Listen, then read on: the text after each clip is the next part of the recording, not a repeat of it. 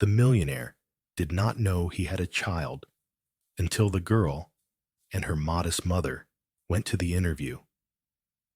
She only wanted a job, but what she brought was a truth that shattered his entire world.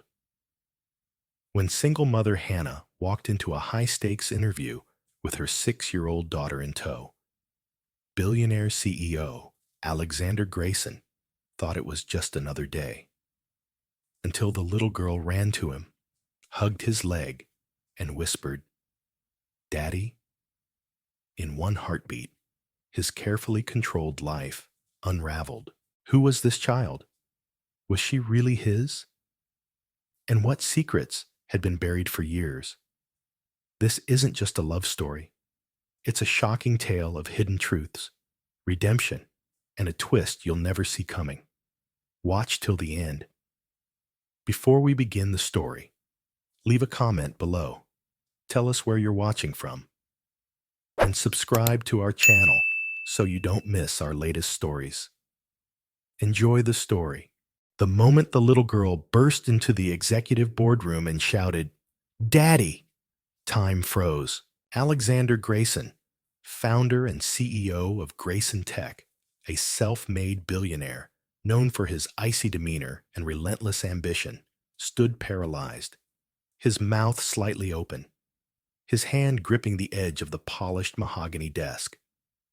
He was in the middle of a high-level recruitment interview, a routine he'd done 100 times before, until that child ran toward him with wide green eyes, arms outstretched, and wrapped herself around his leg like she'd known him her whole life. The silence was suffocating. Hannah Collins, the woman sitting across from him, the woman he barely remembered from the HR shortlist, leapt up, her face drained of color. "Lila, no!" she gasped, trying to pry her daughter from the billionaire's leg. "I told you to wait outside, sweetheart," but the girl clung tighter, looking up at Alexander with complete certainty. "Mommy said my daddy was brave and smart." "It's you, isn't it?" Every breath in the room seemed to have been stolen by those words. James, Alexander's assistant, stood at the door stunned.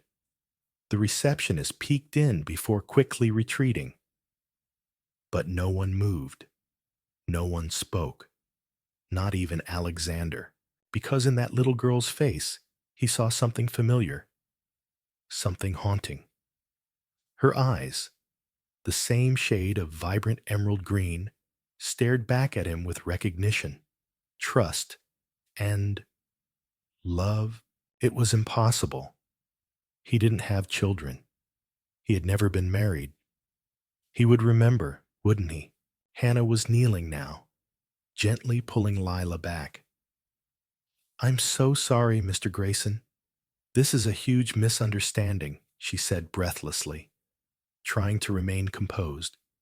"She saw a picture once. She didn't mean to." But Alexander couldn't stop staring. The girl. The photo. A flicker of memory rushed in. A face from the past. Samantha. He cleared his throat, breaking the trance. "You have 1 minute," he said coldly, his voice clipped and razor sharp, "to explain exactly what is going on." "I didn't come here to cause trouble," Hannah replied, panic simmering just beneath the surface. "I needed this job. I had no child care. I brought her because I didn't have a choice. I swear, I had no idea." "Did you coach her to say that?" he cut in. "Is this some kind of setup?" "No." Hannah stood quickly, her voice trembling but resolute. "I would never. I didn't even know who you were until I walked in today. I swear on my life." Lila, now holding tightly to her mother's hand, looked between them with confused eyes. "Mommy, he looks like the man in your photo box. The one with Auntie Sam." And just like that, the room spun. Samantha. That name. That woman. A chapter he'd long buried. Alexander stepped back slowly, his expression unreadable. every instinct in his body screaming that something was very, very wrong. Or maybe, just maybe, something was about to change forever. "James," he called, never taking his eyes off the woman and the child. "Clear my schedule for the rest of the day. Because if what this little girl just said was true, then everything, his life, his past, his empire, was about to be rewritten, and he needed answers. Now, this was not just a job interview.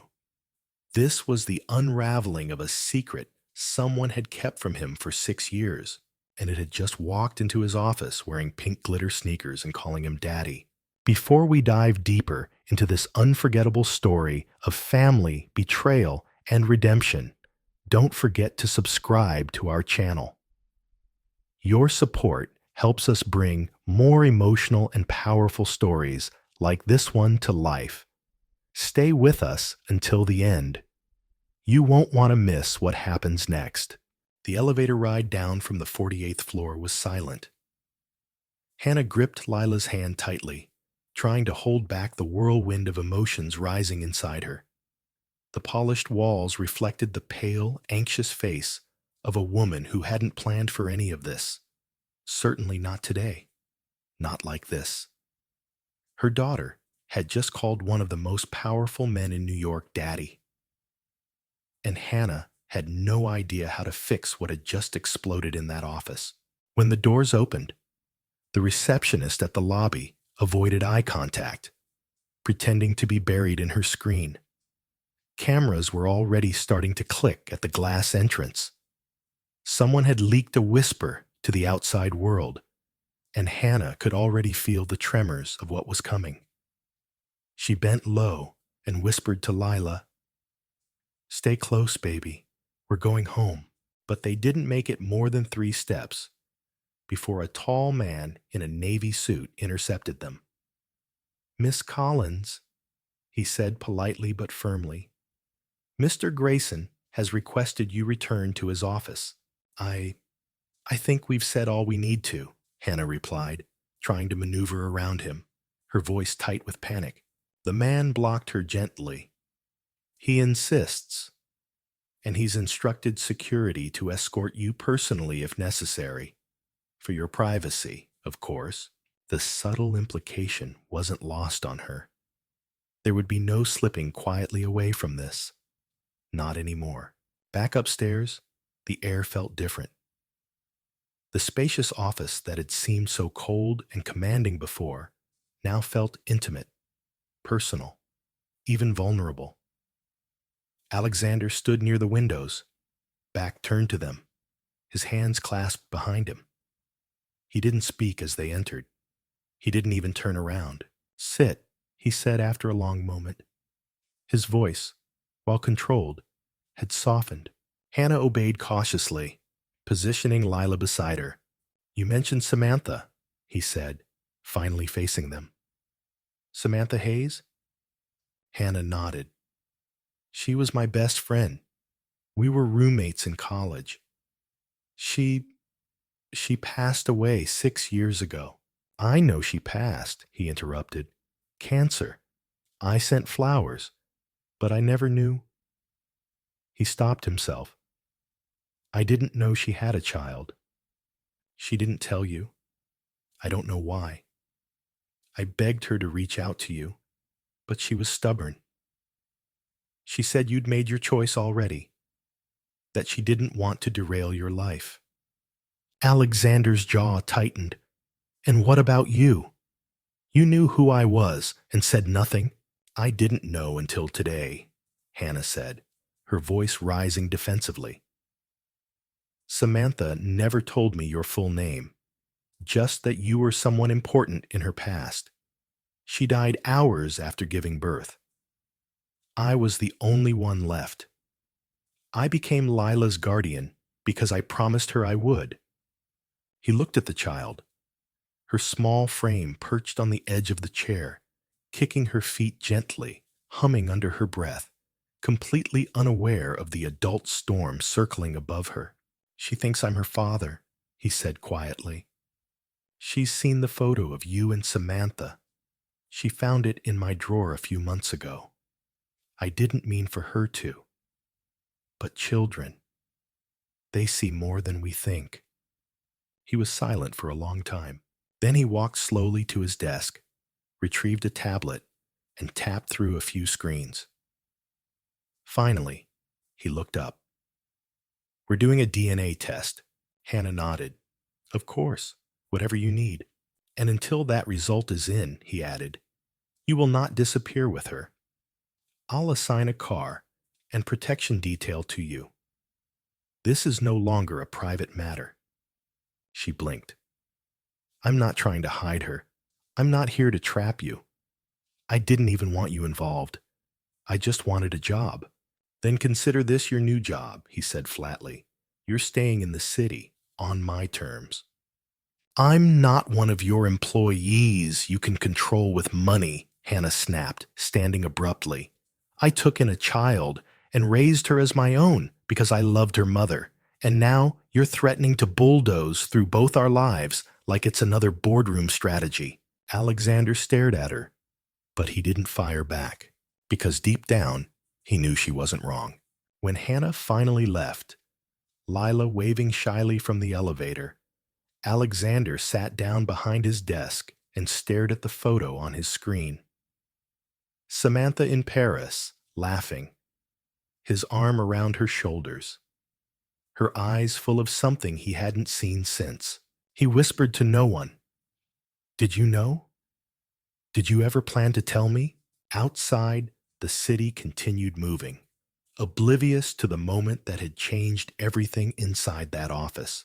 Inside Alexander Grayson, something had begun to unravel, or perhaps, finally, begin. The news broke less than 24 hours later. Billionaire Alexander Grayson meets daughter he never knew existed. At a job interview, blared across entertainment sites and financial blogs alike. A single photo, grainy, taken from behind glass, showed Hannah walking through the glass doors of Grayson Holdings, her hand wrapped protectively around a little girl with auburn curls and a bright pink backpack. Hannah was at home when she saw the headline. Her stomach twisted as she scrolled through the comments, some speculative, some cruel. Accusations of gold digging, rumors of a scandal. The comments didn't bother her for herself, but the idea that Lila might be dragged into this world, used as fodder for the public's fascination, made her blood run cold. The doorbell rang. She tensed. It was a courier, holding a sealed envelope marked confidential. She didn't need to open it to know what it was. The DNA test results. Inside, her hands trembled as she read the first line. Probability of paternity, 99.9%. It was true. Lila was Alexander Grayson's biological daughter, and now their world would never be the same. A knock came at her door, not even 30 minutes later. This time, it wasn't a courier. It was him. Alexander stood in the hallway of her modest apartment building, dressed not in his tailored business armor, but in jeans and a dark sweater. His expression unreadable. "May I come in?" She hesitated only a second before nodding and stepping aside. Lila was napping in the bedroom, thankfully oblivious to the chaos brewing outside her tiny world. "I got the results," he said simply, holding up the same envelope. "She's mine." "Yes." Silence fell between them. There was so much to say, yet neither knew where to begin. "I didn't know," he said at last, running a hand through his hair. "If I had—" "I believe you," Hannah interrupted, "but that doesn't make any of this easier." He looked around the small living room, his eyes lingering on the stack of bills on the coffee table, the taped-up bookshelf, the worn couch. All signs of a life built on sacrifice. "You've done everything for her," he said, more to himself than to her. "I tried," she whispered. But love doesn't always pay the rent. I can change that, he offered, stepping forward. She deserves more. A better home, a better school, access to the best health care, education. She deserves all of that, yes, Hannah agreed. But she also deserves stability and not to be treated like a PR crisis you have to solve. His jaw tightened. That's not what this is, isn't it? She said quietly. The media already has their narrative. They'll spin it. Use her, just like your board will. Alexander sighed, sinking onto the edge of the couch. For once, he didn't look like a billionaire mogul. He looked like a man in over his head. I don't know how to do this, he admitted. I don't know how to be a father. Hannah sat down across from him. No one does. You just show up. You make pancakes even when you burn them. You hold her when she's scared. You stay. I can't walk away now. Not from her, not after knowing. You don't have to fix everything in a day. Just don't disappear. They sat in silence for a long time, the ticking of the cheap wall clock filling the space between their words. Eventually, Alexander spoke again. I want to start slow. Would you let me spend time with her? Get to know her? Hannah nodded, eyes softening. She's already halfway there. She talks about you like you stepped out of one of her dreams. That night, after he left, Hannah peeked into Lila's room. The little girl stirred in her sleep, clutching a worn stuffed bunny. Her chest rose and fell with the peaceful rhythm of someone who didn't yet know that her world was about to change forever. And Hannah, standing in the quiet of that small apartment, wondered if theirs was about to begin a new kind of family, built not on perfection, but on truth, on effort, and on the choice to try. No matter how broken the past, something new was beginning, and she wasn't facing it alone anymore. 2 days later, a private car arrived to pick up Hannah and Lila. Alexander had arranged for their visit to a pediatric specialist at one of the city's top medical centers. Lila had been experiencing frequent colds and fatigue, and while Hannah had done her best with what the local clinic could provide, she'd always worried that something might be missed. Now, Lila bounced excitedly in the back seat, holding tightly to her new favorite picture book, a gift from Alexander during his second visit. Hannah, however, sat stiffly, still adjusting to the dissonance between their modest life and the sleek world they were being drawn into. She didn't quite know where this was headed, or what Alexander ultimately expected from all this, but today wasn't about that. Today was about her daughter. The clinic itself was warm and inviting, despite its upscale nature. The staff was courteous, but not cold, and the waiting area was filled with bright colors and interactive toys. Lila took to the space like a fish to water. Alexander met them there, arriving just minutes after they were seated. His suit was more casual than usual, and he carried a pink backpack slung over his shoulder.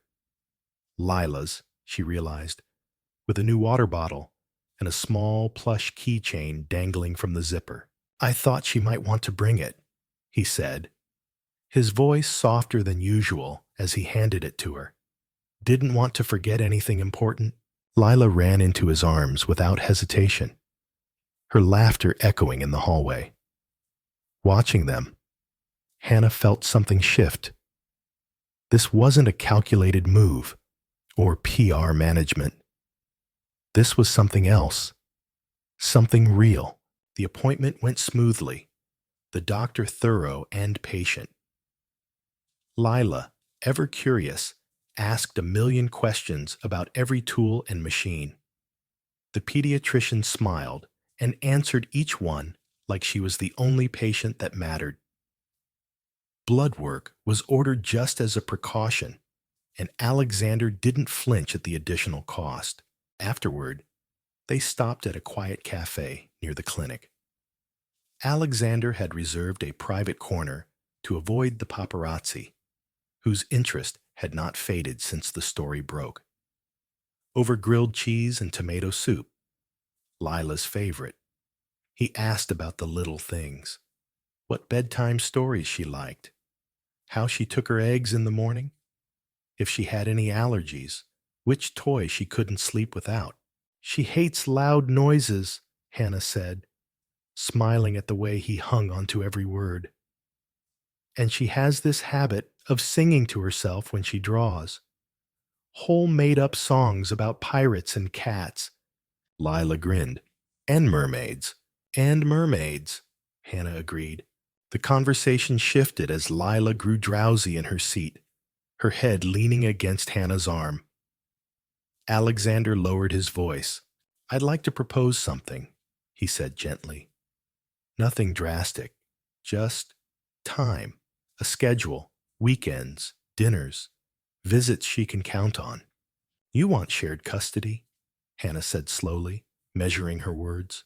I want to be a father, he replied, not just the man who writes checks.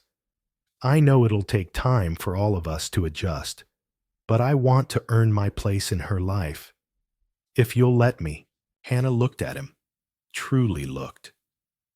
Not the billionaire on magazine covers, not the man with influence or charm, but the one who'd sat on the pediatric floor with Lila while she asked if she had hero bones inside her because she felt brave. What about your life? She asked. Your board, your company, your fiancé? His expression darkened slightly. Victoria and I are figuring things out, but that's separate from Lila, from us. I'm not asking you to make room for me in your life. I'm asking you to let me make space for both of you in mine. Hannah swallowed hard. For 6 years, it had been just her and Lila. Every decision, every worry, every joy, shared between mother and daughter. The idea of opening that up, of trusting someone else with even a part of it, terrified her. But Alexander wasn't asking for everything. He was asking for the chance to begin. I don't have all the answers, she admitted, but we can try. Slowly. He nodded, relief flooding his face. Slow is good. I've lived most of my life too fast. That night, after they returned home, Lila fell asleep on the couch with her new book open across her chest. Hannah tucked a blanket around her, then stood by the window, staring out at the city lights. The future was still unclear, complicated, full of unknowns. But for the first time in a long while, it didn't feel like she was walking toward it alone. The following weekend marked the beginning of Alexander's official time with Lila. They'd agreed on something simple. A Saturday morning at the city aquarium, where Lila could watch the jellyfish glow in dark blue tanks and ask the kind of wide-eyed questions that only children thought to ask. It was Hannah's idea to join them for the first visit. She told herself it was for Lila's comfort, but in truth, she needed to see it for herself, to observe how Alexander fit into her daughter's life without the buffer of hospital corridors or quiet cafes. At the aquarium entrance, Lila was practically bouncing in her sneakers. Alexander arrived right on time, wearing jeans and a navy sweater instead of his usual suit. He looked different, not just in clothing, but in demeanor. Less polished, more present. He greeted them with 2 paper bags. One held peanut butter and jelly sandwiches cut into hearts. I asked my housekeeper to show me how to make them. Turns out I'm terrible at it. The other bag contained 3 matching sea turtle pins, one for each of them. Sea turtles are my favorite, Lila announced, proudly pinning hers onto her jacket. As they walked through the exhibits, Alexander was attentive without being overbearing. He held Lila's hand, but let her lead the way. He lifted her so she could get a better view of the otters, crouched beside her to read the labels on the coral displays, and even attempted to mimic the puffed cheeks of a blowfish to make her laugh. He succeeded.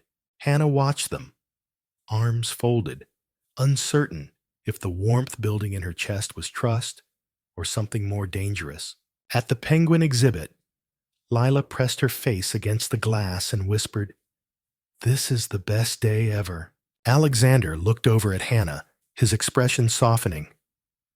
"Thank you for letting me be part of this." "I didn't do it for you," she said quickly, though not unkindly. "I did it for her." "I know," he replied, "but I'm still grateful." They had lunch on a park bench outside the aquarium, sharing sandwiches and juice boxes. Lila chattered away about how she wanted to be a marine biologist or a space explorer, maybe both. And then, without warning, she asked, "Did you love my mommy when I was in her tummy?" Hannah's heart stopped. Alexander looked just as stunned. "I mean," Lila continued, completely serious, "people say babies come from love. So did you love her then?" There was no panic in her tone, only curiosity. But to the adults, the weight of the question was seismic. Alexander paused before answering. "I didn't know about you, Lila. Not until recently. But I knew your mommy a long time ago. And she is someone very special." Lila nodded as if this answer sufficed, then moved on to explain how penguins take turns sitting on eggs.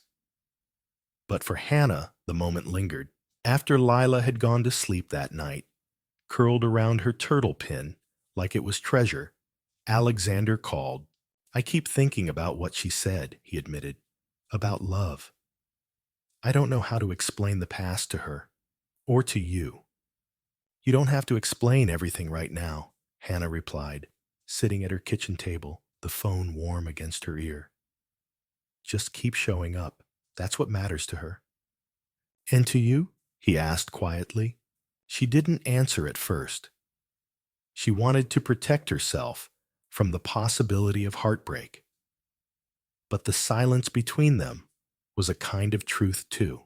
"To me," she finally said, "it matters that you're trying, that you mean it." "I do," he said. "I didn't know I was missing something until I met her. And now, I can't imagine my life without her in it." There was a pause. "I'm still figuring out what that means for everything else," he added, voice softer now. "Then let's keep figuring it out," she said. Not a declaration, not a promise, but something real, something steady. And for the first time in a long time, that was enough. 2 weeks had passed since the aquarium visit, and something unspoken had shifted in the air between Alexander and Hannah. Their conversations, once stiff and duty-bound, had softened into something more natural. They spoke daily now, not just about Lila's school pickup times or allergy concerns, but about music, books, and childhood memories. There was still distance between them, but it was narrowing. One afternoon, Hannah received an unexpected email. The subject line simply read, "Proposal for Lila." Her heart skipped as she opened it. Alexander had attached a PDF titled, "A Place to Grow, Lila's Garden." It was a proposal for transforming an unused rooftop on one of his downtown properties into a community garden and learning center, part of a new philanthropic initiative his company was launching. But what caught Hannah off guard was the opening dedication, inspired by Lila, who reminded me that even the smallest seed, when nurtured with love, can become something extraordinary. The message below was brief. Would love for you and Lila to be part of the launch. No pressure. Just wanted you to know what she sparked. Hannah stared at the screen, feeling something tighten in her chest. It wasn't just the beauty of the gesture. It was the realization that Alexander was beginning to live differently. Slower, deeper, more intentionally. Later that week, they visited the rooftop site together. Lila, wearing overalls 2 sizes too big and pink rubber boots, stomped through the dirt patches with pure delight. "Can I plant strawberries?" she asked, eyes shining. "You can plant anything you want," Alexander said, crouching beside her. "This place is for you." Hannah stood slightly apart, watching them. The wind picked up, rustling through the tarpaulin sheets stacked for construction. The skyline behind them was sharp, all glass and ambition. But here, in this hidden space above the chaos, there was peace. Afterward, as they shared lemonade on a wooden crate that doubled as a bench, Hannah finally spoke the question she'd been turning over for days. "Why are you doing all of this, really? The garden, the dinners, the calls. It's more than obligation now, isn't it?" Alexander didn't respond right away. He watched Lila chase a butterfly near the fence, then turned back to Hannah, his expression unguarded. "When I first saw her, I thought the biggest shock was discovering I had a child. But it wasn't. The real shock came later, realizing I wanted to be the kind of man she could be proud of." He looked down, then added, "I've built companies, bought buildings, signed contracts worth millions. But none of that means anything if I can't look my daughter in the eyes and say, 'I'm here. I chose you,' every day." Hannah felt her breath catch.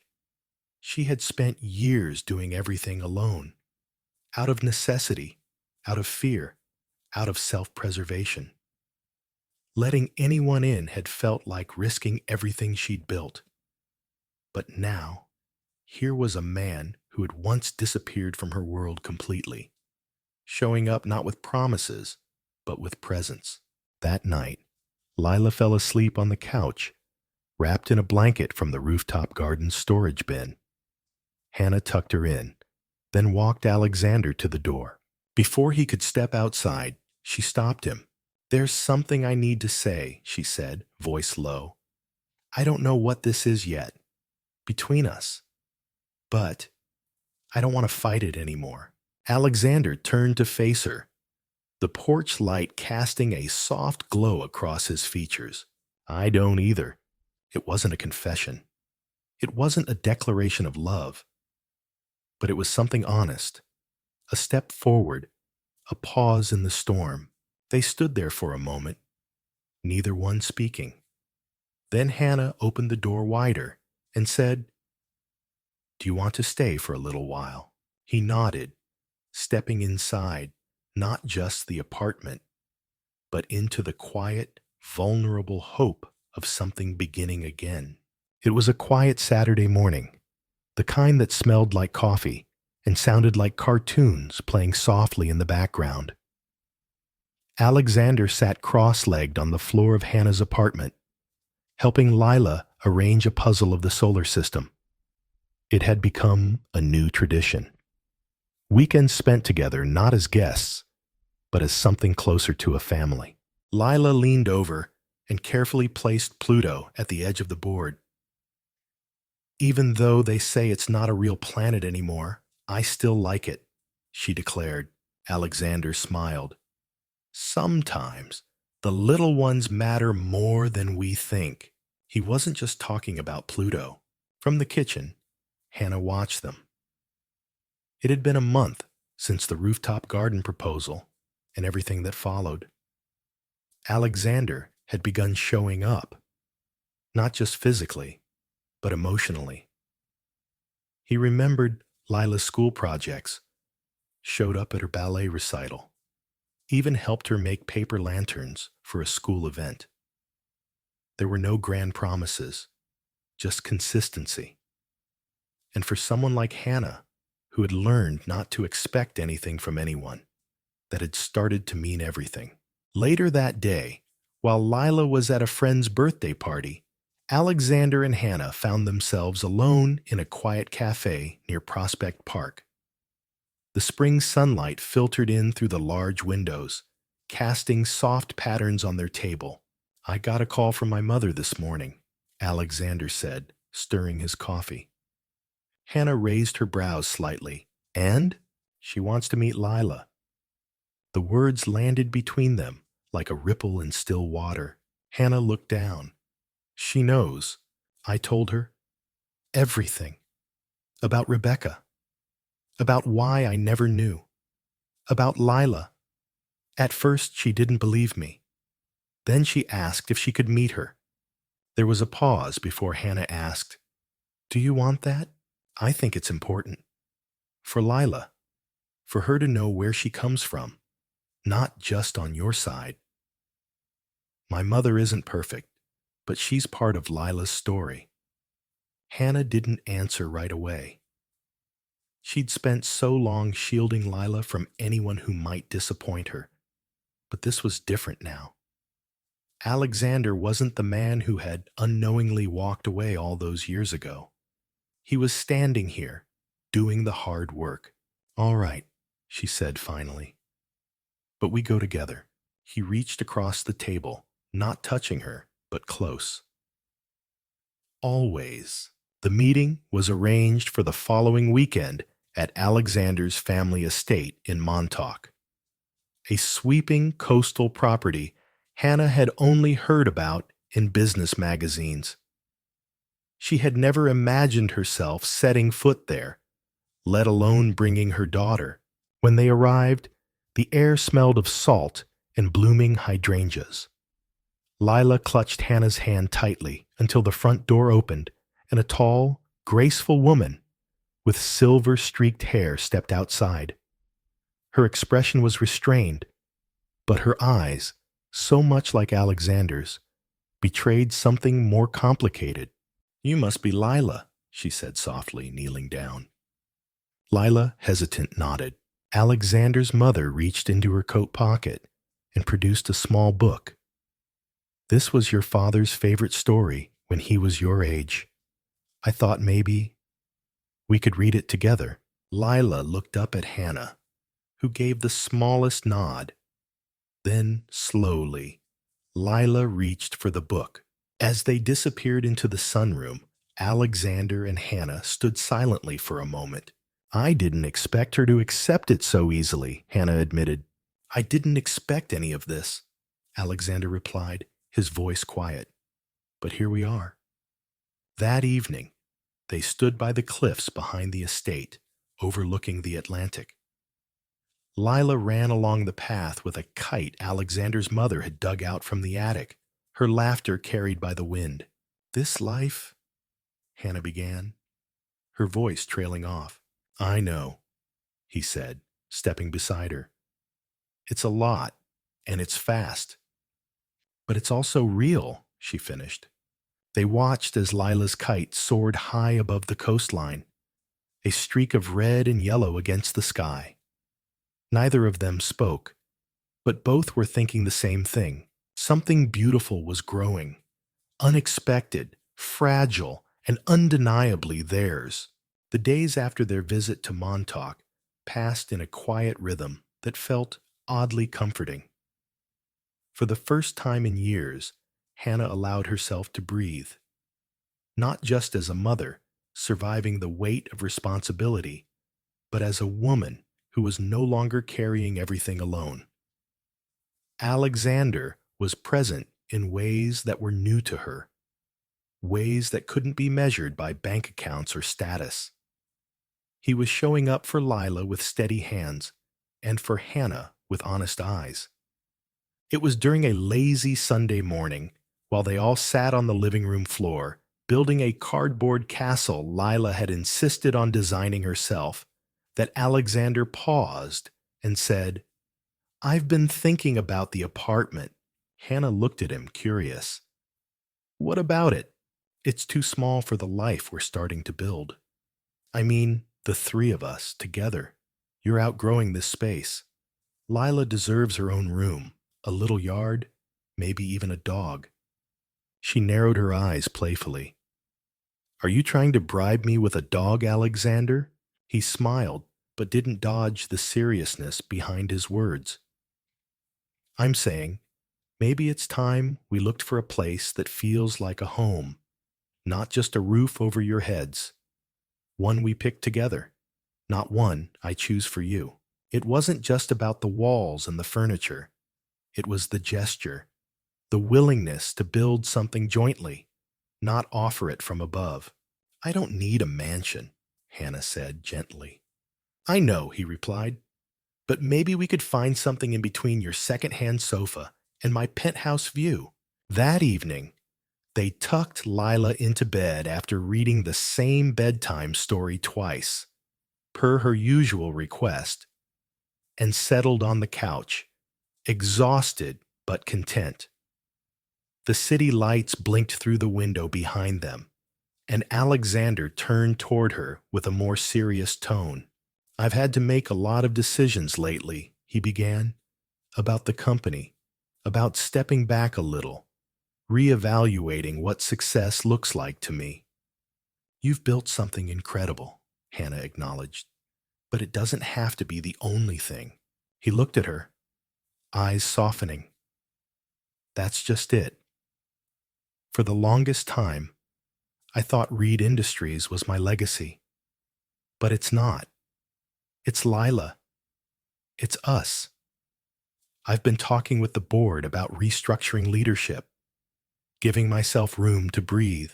You're actually considering that? She asked, surprised. More than considering.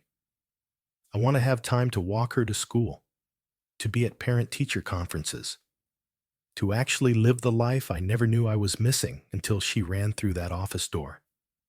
It wasn't just a romantic notion. He meant it. The weight of a lifetime of ambition had shifted, rebalanced by the grounding force of a 6-year-old and the woman who had held everything together without him.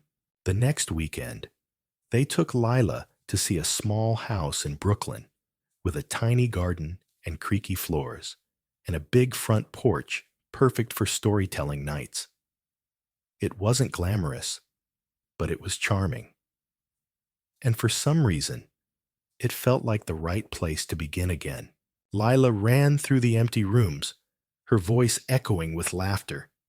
"This one's mine," she yelled, pointing to a room with faded blue paint and a window seat. They looked at each other, both realizing how right it felt. Unfussy, warm, full of possibility. But not everyone was ready to celebrate their new chapter. That night, Alexander received a call from a familiar number. It was Nathan, his longtime business partner and the firm's legal counsel. "I heard from Victoria's legal team," Nathan said. "She's filing a claim for breach of contract on the wedding agreement. She's citing emotional damages and reputational harm, and she's leaking personal emails to the press." Alexander rubbed his temples. "I knew she'd retaliate, but I didn't think she'd go that far. It's going to get messy, Alex. She's bringing up Lila, questioning the timing, trying to paint it all as manipulation. I don't care what she says about me," he said sharply, "but I won't let her use my daughter as leverage." "I'll handle it," Nathan replied. "But you should be ready. The tabloids will run with it. The board will ask questions." When he hung up, Hannah was standing behind him. "She's going public, isn't she?" she asked. He nodded. "Yes, and it's going to get ugly." Hannah sat beside him. "Then we hold steady, together. We've already weathered worse." In that moment, Alexander realized just how far they had come, from a missed job interview to an unexpected family, from secrets and misunderstandings to a bond that was being forged not in fairy tales, but in fire. They didn't need to prove anything to the world. They just needed to protect what mattered most. And they were ready. The storm broke, just as predicted. Only it wasn't rain that fell first, but headlines.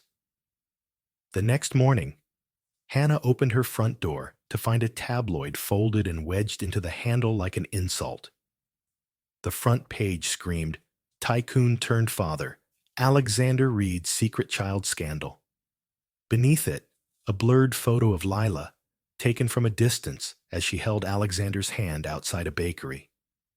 She was smiling, oblivious, innocent.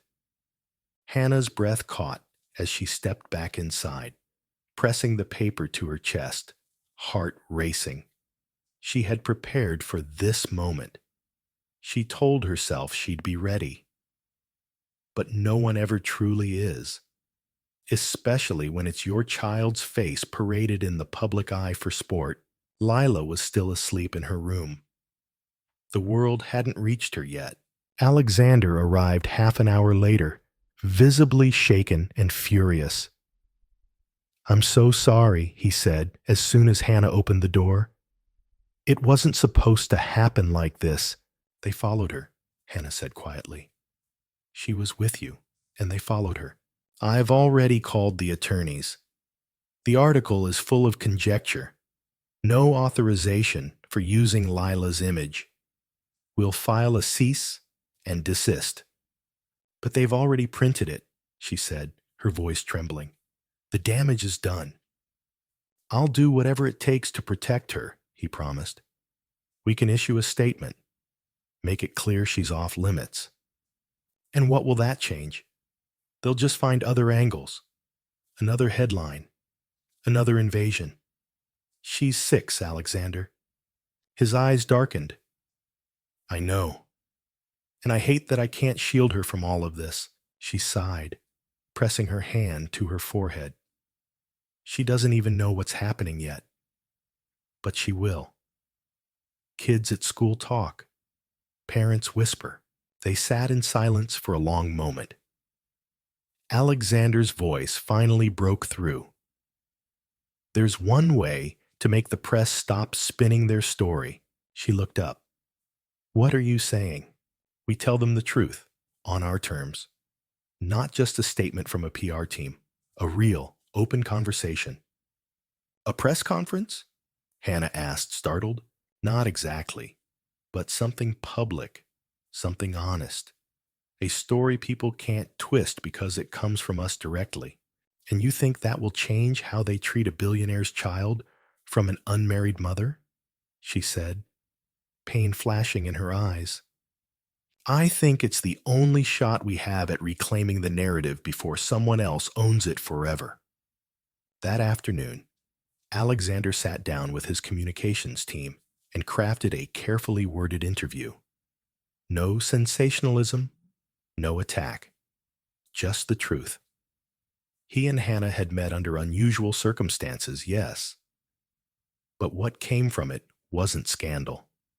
It was a daughter, a family. The interview aired the following week. Filmed in their new home, simple and bright, it showed Alexander sitting beside Hannah, with Lila playing quietly in the background. They didn't name her school. They didn't parade her story. But they spoke about the importance of protecting childhood, of shared parenting, and of the responsibility of love, whether planned or not. The public's reaction was unexpectedly warm. The honesty disarmed even the most skeptical voices. In online comments, people shared their own stories of unexpected parenthood, of blended families, of second chances. The press had chased drama, but what they found instead was humanity. But not everyone was pleased. Victoria's legal team responded almost immediately with a revised claim. One that focused now not on defamation, but on intentional emotional harm. Her lawsuit aimed to tarnish Alexander's reputation before the board could meet to confirm his proposed shift in company leadership. Nathan, his trusted legal counsel, handed Alexander the papers in his office that Friday. "She's not backing down," Nathan said. And the board is nervous. If she spins this the right way, she could force them to delay your restructure, or worse. Let her try, Alexander replied, because this time I'm not protecting an empire. I'm protecting my daughter. That night, after Lila had fallen asleep and the house had finally gone quiet, Alexander stood on the back porch with Hannah. The spring wind carried the faint scent of new beginnings. She's going to fight dirty, Hannah said, joining him under the porch light. I know, he replied, but I won't let her win. And I won't lose you or Lila in the process. She looked at him, studying the worry etched into his face. Then we face it together. Not as a man shielding his child or a woman defending her past, but as a family. Because that's what we are now. In the distance, the wind picked up, brushing through the trees and carrying with it the sound of Lila's faint giggle in her sleep.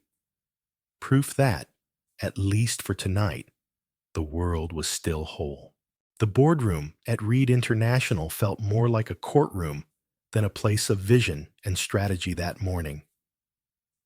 Around the polished walnut table sat 12 executives, each with a printed dossier before them, quarterly financials, projected growth, and a headline clipping with the words, Alexander Reed embraces fatherhood, the story behind the CEO's big shift.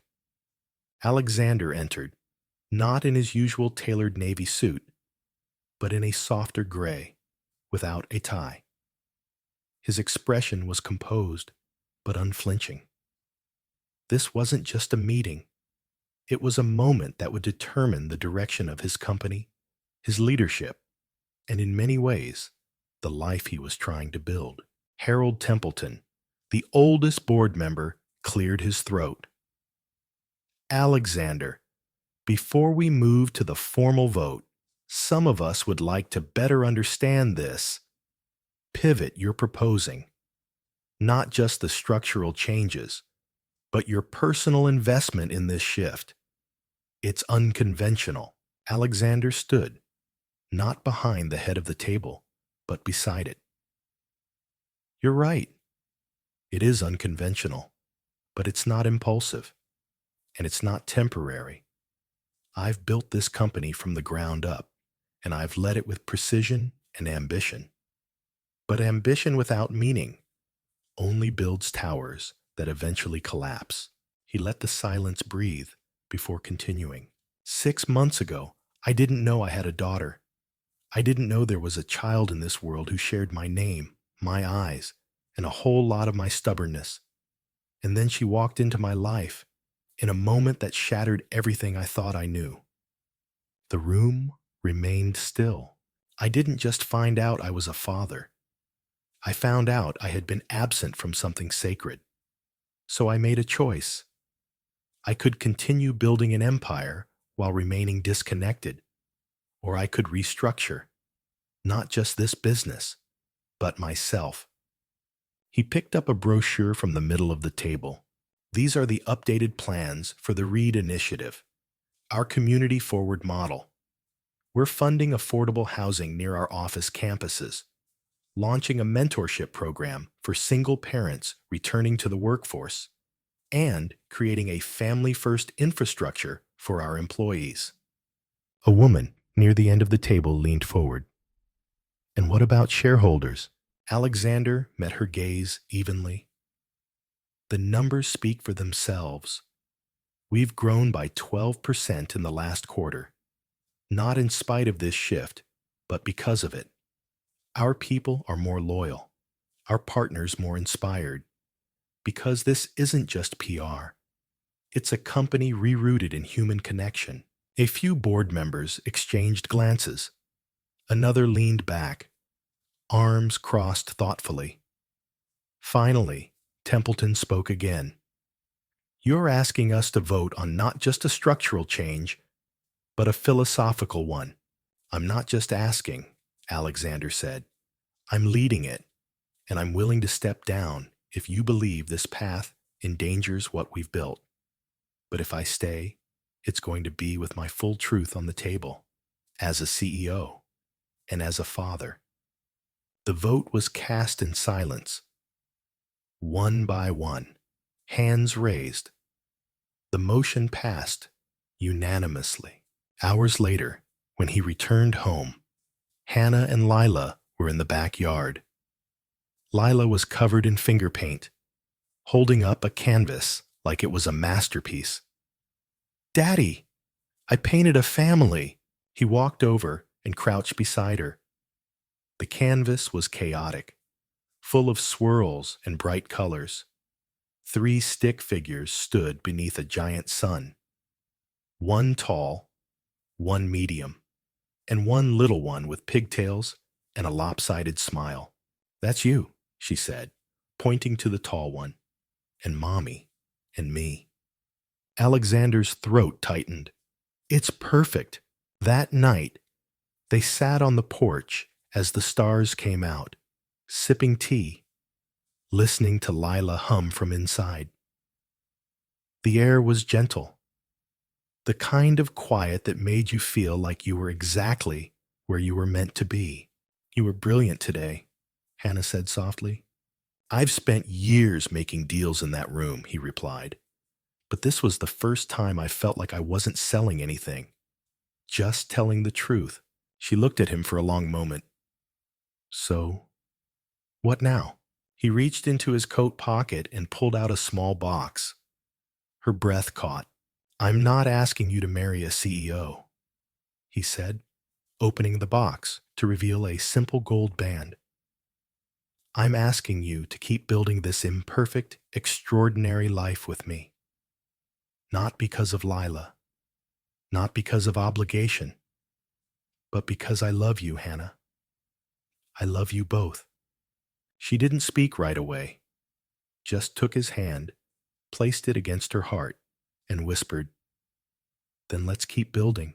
Inside, Lila danced barefoot in the living room, unaware that the world had just shifted again, but this time not with chaos, with promise. And for once, the ending wasn't something to fear. It was just the beginning. The story of Hannah Collins and Alexander Grayson is not just about fate. It's about choice, redemption, and the quiet, powerful courage to rewrite a future. From a chance job interview to the shattering moment when a 6-year-old girl whispered, "Daddy," their lives collided in a way no one expected. Alexander, a self-made millionaire and CEO of a major corporation, lived in a world of schedules, figures, and carefully curated appearances. Hannah, a humble and determined single mother, lived paycheck to paycheck, doing everything she could to raise a child who wasn't even biologically hers, but was loved beyond measure. What began as a corporate meeting became a revelation. Lila was Alexander's daughter, the result of a past love long buried. But the truth didn't end with biology. It only began there. Because this wasn't just a story about a father discovering his child. It was about a man discovering who he truly was when stripped of ego, control, and reputation. And a woman brave enough to protect her daughter's heart while standing her ground in a world that often saw her as small. As Alexander confronted his past, navigated pressure from boardrooms, and a broken engagement, he also found something unexpected: peace in simplicity, value in connection, and purpose beyond profits. Hannah, too, had to face fears of losing Lila, of opening her heart, and of letting a man from a different world into hers. But with honesty, respect, and time, they found a way to blend those worlds into something new. In the end, Alexander didn't just become a father. He became present, vulnerable, real. Hannah didn't just survive. She built a family grounded in trust and love. And little Lila, the bright-eyed girl at the center of it all, became the reason two lives were transformed forever. The lesson: life will surprise us. It doesn't always unfold in the order we imagine. But when truth is faced with open hearts, and love is chosen not out of obligation, but belief, even the most broken beginnings can lead to beautifully whole endings. It reminds us that forgiveness is not weakness, and vulnerability is not failure. Sometimes, the strongest thing we can do is choose each other again and again, even when it's not easy. And now, a quick question for you. If you were in Alexander's shoes, what would you have done first upon discovering you had a child? A. Hire a lawyer to clarify your rights. B. Sit down and try to truly understand the mother's side of the story. Drop your answer below in the comments. A or B? We'd love to see your thoughts. Also, what do you think about Alexander and Hannah's journey? Was it believable? Emotional? Did it change your view on second chances or unexpected family? Let us know in the comments. Your perspective might inspire someone else.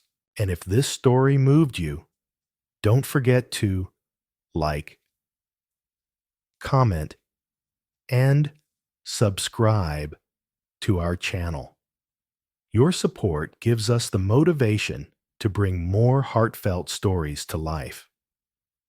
See you in the next one.